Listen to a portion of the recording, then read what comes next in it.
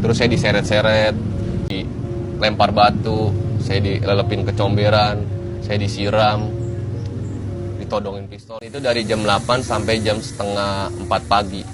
Disiksa terus, saya disiksa. Tetap tapi saya nggak ngaku. Kalau sampai lu nggak ngaku juga, gue matiin, kata polisi. Sambil megang senjata. Saya sendiri, saya divideoin, itu di depan saya itu ada polisi sekitar 5 orang lah. Saya nggak inget, pokoknya perkiraan saya 5 orang. Itu megang senjata semua. Saya divideoin, ayo ngaku, kata dia. Ayo ngaku. Saya diam aja, melongo gitu kan. Saya diam, saya bingung. Saya nggak ngelakuin, tapi saya ngaku. Kan gitu. Saya mikirnya kayak gitu kan. Terus pas saya diam, dia nge-chat lagi. Lu ngaku nggak? Lu ngaku nggak? Tembak lu. Tapi ngomongnya pelan-pelan gitu kan, karena di videoin takut kedengeran suara dia. Terus saya dikasih tahu pistol dia, mati sama gue lo kalau nggak ngaku. Saya pengen nggak usah lah ke hal yang besar dulu. Saya pengen satu aja, polisi datang ke sini minta maaf sama saya dan pihak keluarga saya. Proses permintaan maaf itu kita rilis juga di media sosial. Saya pengen kayak gitu, Mbak. Karena proses saya dipermalukan di Polsek Tambelang kan dirilis di YouTube, di Facebook, di sosial media lah. Saya cuma pengen satu aja. Polisi datang ke sini minta maaf sama saya, sama keluarga saya, bahwa polisi itu salah terhadap saya gitu kan. Dan masyarakat tidak beropini lagi, tidak mempunyai stigma bahwa saya pelaku sebenarnya.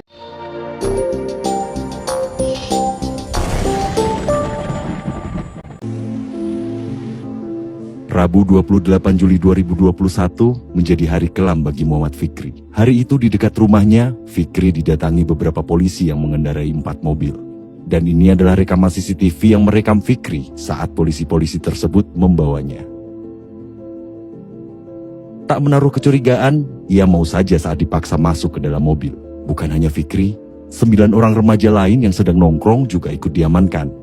Fikri bersama yang lain dibawa ke Polsek Tambelang, Kabupaten Bekasi, Jawa Barat. Mereka diturunkan satu persatu, lalu kemudian dibawa ke gedung Telkom Tambelang yang berada persis di depan kantor Polsek. Di sana, ia baru mengetahui dituduh sebagai pelaku pembegalan yang terjadi pada 24 Juli pukul 1.30 waktu Indonesia bagian Barat. Korbannya bernama Darusman Ferdiansyah. Di sini, penderitaan Fikri pun dimulai.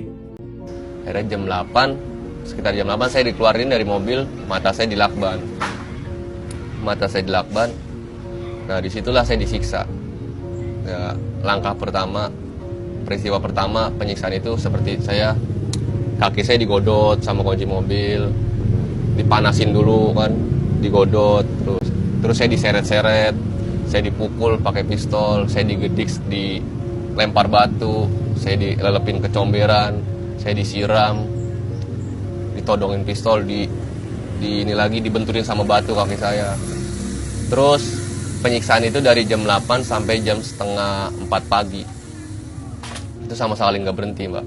Sampai jam setengah 4 pagi. Akhirnya saya sampai jam setengah 4 pagi disiksa terus, saya disiksa.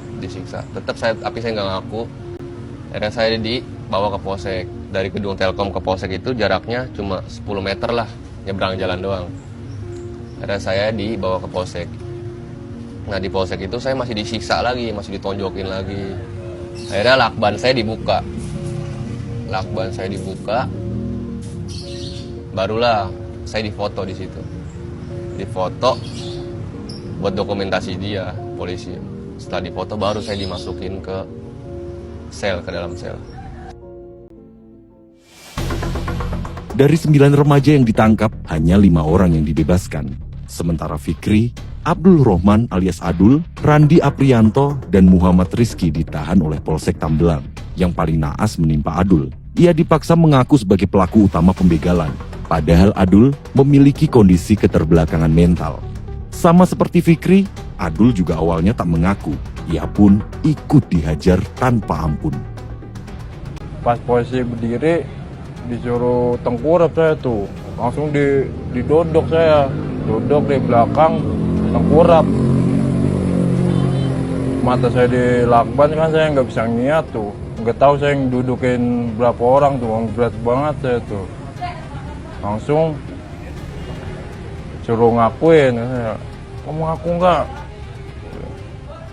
Temen kamu udah ada yang mati no, dengar suara tembakan. teman kamu udah yang mati katanya. Aku enggak, saya tempelin nih katanya di sini, saya potong katanya kaki kamu, enggak aku.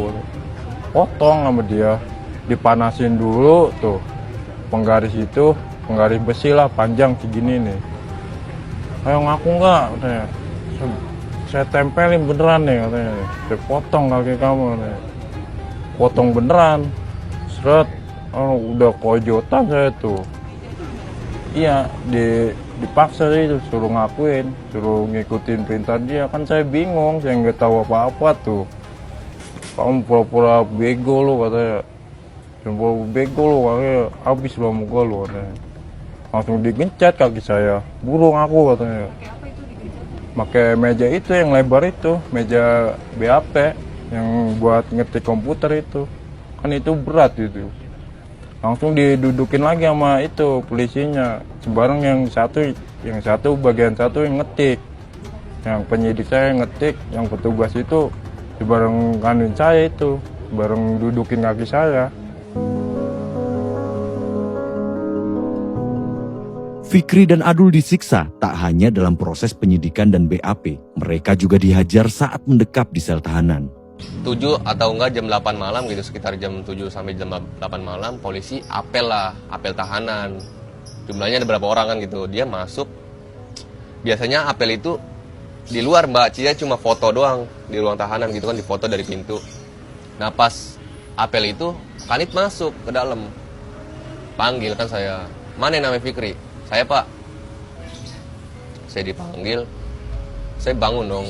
Saya ditarik, ditonjok, ditengkurepin, saya diinjek kayak gitu sama Kanit kan.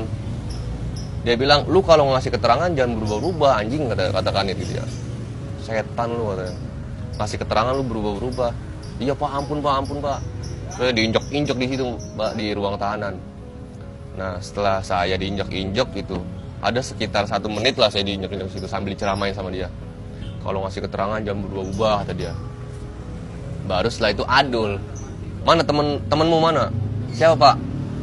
Adul mana Adul? Adul bangun lah. Saya Pak, kata Adul. Adul bangun, saya Pak. Sini kamu. Adul samperin, ditonjok lah Adul. Nah itu depan kepala saya sendiri Pak. Depan mata saya, Adul ditonjok. Darahnya langsung muncrat ke tembok. Langsung cor kayak pas ditonjok. Nah, itu semenjak itu Adul sakit gigi berbulan-bulan itu nggak sembuh-sembuh. Tak kuat terus dihajar habis-habisan, Fikri dan Adul akhirnya menyerah. Mereka mau tak mau mengaku sebagai pelaku. Setelah penyiksaan itu Mbak ya, itu ketika proses mau BAP. Pas saya dikeluarin, saya mau diproses BAP. Mau proses BAP, sebelum proses BAP saya ditaruh di depan musola. Di musola itu ada di area Polsek Tambelang. Nah, saya duduk kayak gini. Terus saya dikasih rokok. Dia ngerokok dulu. Kalau ampe lu nggak ngaku juga, gue matiin, kata polisi. Sambil megang senjata. Saya sendiri, saya divideoin, itu di depan saya itu ada polisi sekitar 5 orang lah. Saya nggak inget, pokoknya perkiraan saya 5 orang. Itu megang senjata semua. Saya divideoin, ayo ngaku kata dia. Ayo ngaku. Saya diam aja, melongo gitu kan. Saya diam, saya bingung. Saya nggak ngelakuin tapi saya ngaku kan gitu. Saya mikirnya kayak gitu kan. Terus pas saya diam, dia ngencet lagi. Lu ngaku nggak? Tembak lu. Tapi ngomongnya pelan-pelan gitu kan karena di videoin takut kedengeran suara dia. Terus saya dikasih tahu pistol dia. Mati sama gue lo kalau nggak ngaku. Yang lainnya pada kabur, ya itu jatuh. Di flyover ya. Itu jatuh ya yang pakai motor apa warna Tadi ketuk biru. Tadi ketuk Biru. Tadi ketuk Biru. Tadi ketuk Biru apa sih? Lupa lagi. Hah? Yang jatuh nih. Kalau itu kan ditendang. Iya, duduk semua. Itu di mana tendang ini? Apanya? Orangnya tidur lagi. Empat motor katanya tadi. Kamu jujur nggak sih? Ya. Kamu jujur nggak sih? Ya. Kamu jujur nggak sih? Jangan itu yang Sok jujur. Kita tadi kan udah bilang ya kan awalnya kan kayak gitu. Kerja, nah pas kerja tuh ya. Sampai mati ya itu ya. Yang matinya. Kita nggak tahu apa-apa. Itu kamu mukul pakai tangan. Duduk di sini. Duduk sini. Eko ini. Ini Eko. Jujur kok, bukan mormak. Jujur pakai kayu. Mukul pakai kayu. Kamu nendang. Kamu mukul pakai apa? Tadi. Nendang aja. Udah jujur aja saya tolongin. Juga demi Allah Pak, saya nggak tahu menau. Tembak. Iya. Tembak. Iya. Tembak. Iya. Tembak. Iya. Tembak. Iya. Demi Jujur ya, Jujur. Maksudnya mukul apa? Ini Ya, apa ini Pak? dia omong aja. Kita mukul Kamu siapa? jadi Berarti kamu. Bukan ini. Apanya? Berarti kamu. Demi Allah. Ini. Akhirnya polisi yang ngomong kayak polisi moderatorin, oh, lu begal ya. Akhirnya saya iya aja udah, iya. Saya takut, saya udah disiksa semalaman. Terus esokan harinya mau saat di BAP, saya diancam lagi untuk mengakui. Saya diancam, saya pengen ditembak. Saya pikir daripada gua mati, mending gua ikutin kata polisi aja lah. Udah polisi nanya, lu begal ya gitu sini? Iya pak ya, ya gini-gini aja yang ngangkut aja.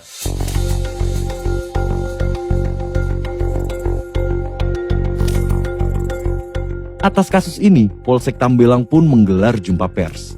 Isinya merilis pengungkapan kasus pembegalan dengan sejumlah barang bukti. Fikri CS kala itu dipajang sebagai pelaku.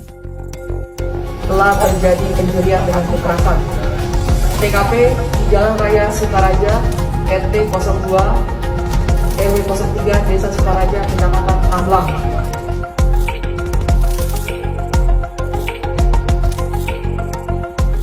Ayah Fikri, Rusin tak terima anaknya disiksa sedemikian parah, apalagi ia tahu anaknya tak bersalah. Begitu juga dengan ketiga teman Fikri, ia pun membawa sejumlah bukti dan meminta bantuan untuk menuntut keadilan. Bukti-bukti ini dibawa ke berbagai lembaga, salah satunya Komisi untuk Orang Hilang dan Korban Tindak Kekerasan atau Kontras. Fikri CS akhirnya mendapat pendampingan hukum yang layak. Nah, kalau dilihat dari investigasi kami atau hasil investigasi kami, itu ada 3 klaster yang kami temukan. Pertama, itu adalah isu mengenai pelanggaran prosedur berkaitan dengan penangkapan, penahanan, penyitaan, dan juga akses bantuan hukum yang tidak begitu memadai yang dialami oleh keempat orang ini. Begitu. Kasus dugaan salah tangkap disertai penyiksaan disebut-sebut sebagai kejadian berulang. Bagaimana tidak? Pada kurun waktu tahun 2016 hingga tahun 2022 saja ada 10 kasus dugaan salah tangkap oleh aparat kepolisian di Jabodetabek. Sementara data lain dari Kontras yang dihimpun dari kanal media informasi, advokasi, serta jaringan-jaringan Kontras di daerah selama periode Juni 2020 hingga Mei 2021 ada 80 kasus penyiksaan, perlakuan, penghukuman yang kejam, atau perlakuan tidak manusiawi terjadi di Indonesia. Dari 80 kasus itu, kepolisian terlibat dalam 36 kasus. Kasus pembegalan yang dituduhkan kepada Fikri dan teman-temannya tercatat terjadi di Jalan Raya Sukaraja, Kecamatan Tamblang pada 24 Juli 2021, pukul 1:30 waktu Indonesia bagian Barat. Sementara di jam yang sama, Fikri bersama dengan kakak dan teman-temannya terekam CCTV sedang tidur di depan musola. Motor yang dituduh sebagai kendaraan pembegalan juga sudah masuk ke rumah Fikri pada jam 10 malam. Waktu tanggal 24 Juli itu saya tidur di sini. Waktu kejadian pembegalan itu kan jam 1:30. Saya tidur di sini. Nah, itu pun terekam CCTV saya, terekam CCTV. Tanggal 24 itu. Ada saksi juga yang melihat, dan setelah tanggal 24 ke tanggal 26. Selang 2 hari saya difoto waktu saya sama Adul dan Rizky pas di sini. Saya berada di sini bertiga, saya, Adul sama Rizky. Tanggal 26 saya dipoto sama orang asing yang kemungkinan itu suruhan polisi untuk moto saya. Foto itu diserahin sama korban dan polisi, dan kata korban ya memang saya yang pelakunya, kata dia. Kemudian tanggal 28 saya lagi di sini.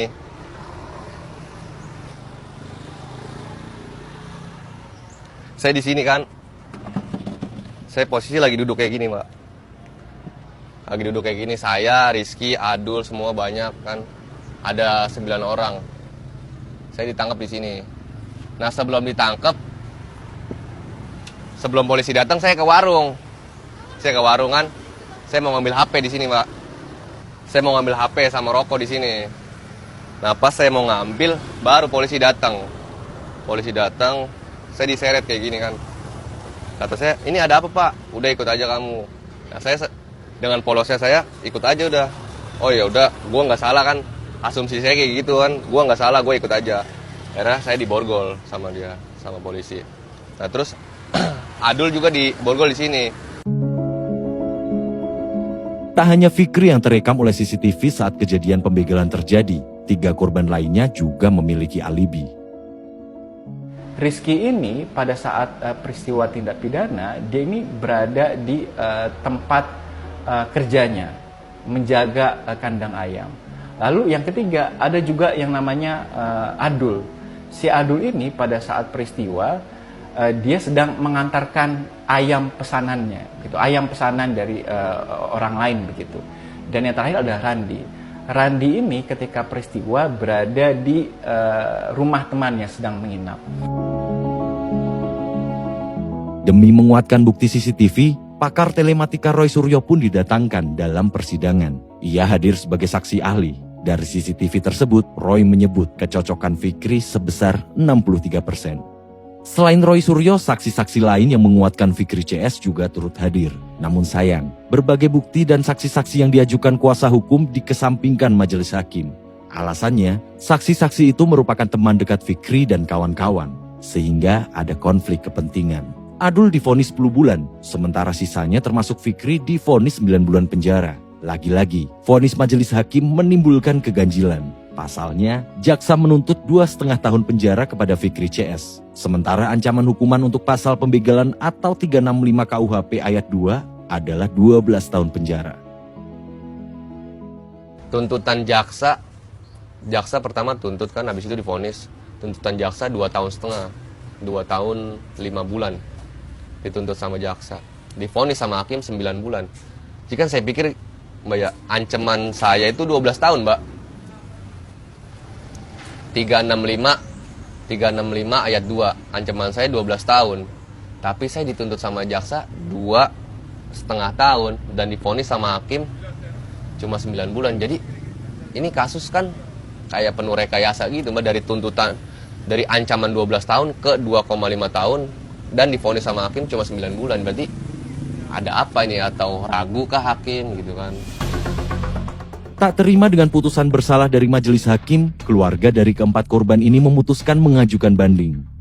Namun hanya Fikri yang dinyatakan tidak bersalah dan harus dipulihkan nama baiknya. Tetap saja, dia sudah terlanjur banyak mengalami kerugian. Wah kalau dibilang ngerugiin ya ngerugiin banget mbak. Sebelum kejadian ini kan saya kuliah. Saya punya usaha di bengkel, di warung. Terus kita keluarga punya tabungan juga. Bahkan sebelum kejadian ini rumah mau direnovasi kan, rumah saya. Yang rumah saya udah mau, kasarnya udah mau ambruk lah. Mau direnovasi. Setelah kejadian ini, semua tabungan bokap, tabungan saya pun dipakai buat nanganin kasus saya. HP saya semua dijual, motor saya dijual. Terus kuliah saya berhenti. Sama seperti Fikri, hidup Adul juga berubah menjadi mimpi buruk. Ia sudah tak lagi diakui oleh keluarganya. Adul pun terpaksa angkat kaki dan tinggal di rumah Fikri. Ia pun juga harus kehilangan pekerjaan lamanya. Kehilangan mental juga. Pas waktu kerja itu, saya sempat megang HP sih itu. Kehilangan HP juga sih. HP saya jual tuh ke ndek saya lagi itu. Pas ndek saya. Kenapa nggak kerja lagi Setelah kejadian ini, saya kalau kerja di tempat itu lagi, saya ngeri trauma lagi, ngeri kejadian gitu. Meski bersyukur dinyatakan bebas, Fikri masih merasa ada yang mengganjal. Sebab 3 teman lainnya masih diputuskan bersalah. Keadilan bagi keempatnya pun terus diperjuangkan hingga saat ini. Nah dengan bebasnya saya itu di Pengadilan Tinggi Bandung berarti kan ada apa? Pembegalan ini teksnya pun apa ya, pengakuan saya berempat itu di BAP kan, pembegalan ini berkelompok mbak, berkelompok. Kalau saya kan gugur di Pengadilan Tinggi Bandung, berarti yang lain harus gugur dong. Ya kenapa yang 3 teman saya ini masih disalahkan gitu? Tak banyak yang Fikri inginkan. Hanya itikat baik dari pihak kepolisian, itu pun masih belum terwujud sampai sekarang. Saya pengen kayak gini, Pak. Nggak usahlah ke hal yang besar dulu. Saya pengen satu aja, polisi datang ke sini minta maaf sama saya dan pihak keluarga saya. Proses permintaan maaf itu kita rilis juga di media sosial. Saya pengen kayak gitu, Mbak. Karena proses saya dipermalukan di Polsek Tambelang kan dirilis. Di YouTube, di Facebook, di sosial media lah. Saya cuma pengen satu aja. Polisi datang ke sini minta maaf sama saya, sama keluarga saya, bahwa polisi itu memang benar salah terhadap saya gitu kan. Nah setelah itu saya pengen permohonan maaf itu diungkapin ke sosial media agar masyarakat tahu dan masyarakat tidak beropini lagi, tidak mempunyai stigma bahwa saya pelaku sebenarnya. Berkaitan dengan kasus ini tentunya korban menginginkan beberapa hal. Mereka menginginkan bahwa mereka diputus bebas keempat-empatnya. Dan yang kedua adalah berkaitan dengan soal akses pemulihan dan juga ganti kerugian berkaitan dengan tindakan sewenang-wenang yang dialami oleh para korban. Dan yang terakhir adalah pertanggungjawaban hukum. Pertanggungjawaban hukum dalam hal ini tidak hanya berkaitan dengan pertanggungjawaban hukum dengan tindakan penyiksaan yang dialami, tetapi juga pertanggungjawaban hukum mengenai berbagai pelanggaran hukum yang dilakukan oleh aparat kepolisian. Yang tentunya arah pertanggungjawaban hukum harus pada pertanggungjawaban hukum pidana, bukan pertanggungjawaban hukum secara etik atau disiplin semata begitu. Era.id pun telah berusaha meminta konfirmasi kepada pihak Polsek Tambelang terkait tuntutan Fikri agar pihak kepolisian meminta maaf dan memulihkan nama baiknya. Namun hingga video ini ditayangkan, pihak kepolisian Tambelang belum juga menyampaikan permintaan maaf. Mereka berdalih masalah ini telah selesai. Waalaikumsalam Mas. Ya, sepertinya nggak jadi. Mengingat hasil konfirmasi teman-teman, kasusnya dianggap sudah selesai karena sudah P21 dan sidang putusan yang tetap. Kalau untuk silaturahmi dengan saudara Fikri CS atau keluarga baik-baik saja dan boleh sebatas pribadi atau ngobrol. Terima kasih. Selain Polsek Tambelang, kami juga meminta penjelasan pihak Kompolnas. Pasalnya, Komisioner Kompolnas Pungki Indarti sempat mendesak Polda Metro Jaya segera menindaklanjuti terkait penyiksaan Fikri. Namun hingga sekarang, tindak lanjut itu pun tak pernah terdengar.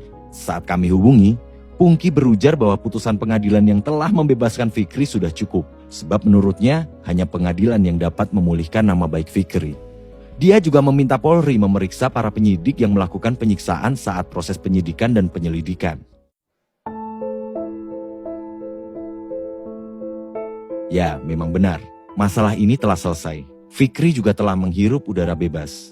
Namun luka yang diakibatkan karena peristiwa ini teramat dalam. Stigma negatif terlanjur melekat. Hingga Fikri dan rekan-rekannya tak dapat sepenuhnya kembali ke tengah masyarakat.